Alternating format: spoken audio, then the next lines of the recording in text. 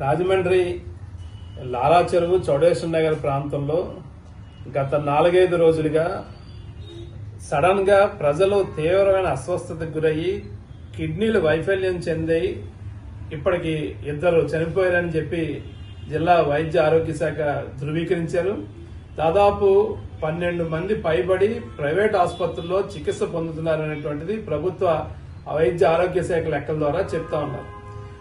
ఈ రోజు ఆ ప్రాంతాన్ని సిపిఎం పార్టీ బృందం పరిశీలించాము, బాధితులతో మాట్లాడాము, వైద్య బృందాలతో మాట్లాడాము, వైద్య అధికారులతో మాట్లాడాము, నగరపాలక సంస్థ కమిషనర్ గారితో కూడా మాట్లాడాము.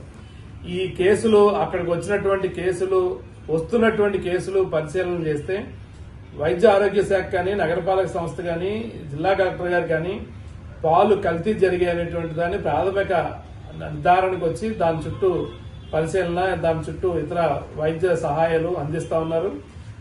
అయితే కేవలం పాలు కల్తీ అనేటువంటి దాంతో ఆగిపోకుండా ఆ ప్రాంతాలకు వచ్చేటువంటి మంచినీరు సంబంధించిన దాన్ని కూడా సమగ్రంగా పరిశీలన చేయాలని చెప్పి సిపిఎం పార్టీ బృందం కోరుతా ఉంది.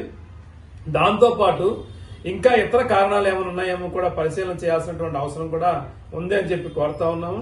ఇప్పుడు ఎవరైతే ఈ రకమైన కేసులతో గత సోమవారం నుంచి రాజమండ్రి నగరంలో ప్రైవేట్ ఆసుపత్రుల్లో చేరారు, కిడ్నీ ఫెయిల్యూర్ అయినటువంటి కేసులు, ఇవాళ వెంటిలేటర్ మీద ఉన్న కేసులు, ఐసీయూలో ఉన్న కేసులు, డయాలసిస్ నడుస్తున్నటువంటి కేసులు ఉన్నాయి. దాదాపు 3 సంవత్సరాల నుంచి బాలిక కూడా, ఒక అమ్మాయి కూడా హాస్పిటల్లో తీవ్ర అస్వస్థతకు గురి చికిత్స పొందుతున్న ఘటనలు, 60 ఏళ్లకు పైబడి వృద్ధులు కూడా తీవ్ర అస్వస్థతో ఆసుపత్రుల్లో చికిత్స పొందుతున్న ఘటనలు కూడా ఇవాళ ఉన్నాయి.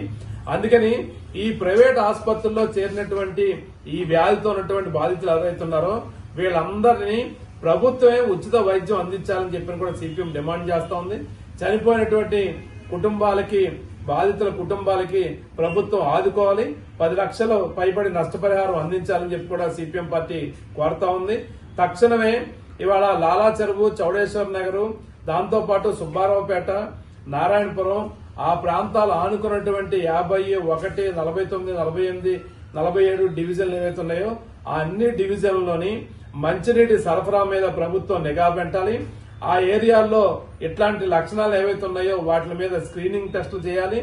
లక్షణాలు బయటపడ్డ వాళ్ళందరికీ వైద్య సౌకర్యం, వైద్య పరీక్షలు అందించాలని చెప్పి కూడా సిపిఎం పార్టీ కోరుతా ఉంది. వీటిని పైపైన చూడకుండా ఎవరైతే చనిపోయారో చనిపోయిన వాళ్లకు సంబంధించిన మృతదేహాలని ప్రభుత్వం పోస్ట్ మార్టం చేస్తారు. పోస్ట్ మార్టం నివేదికల ఆధారంగా కూడా మరింత లోతుగా పరిశీలన చేసి బాధితులను ఆదుకోవాలని చెప్పి సిపిఎం పార్టీగా డిమాండ్ చేస్తా ఉన్నాం.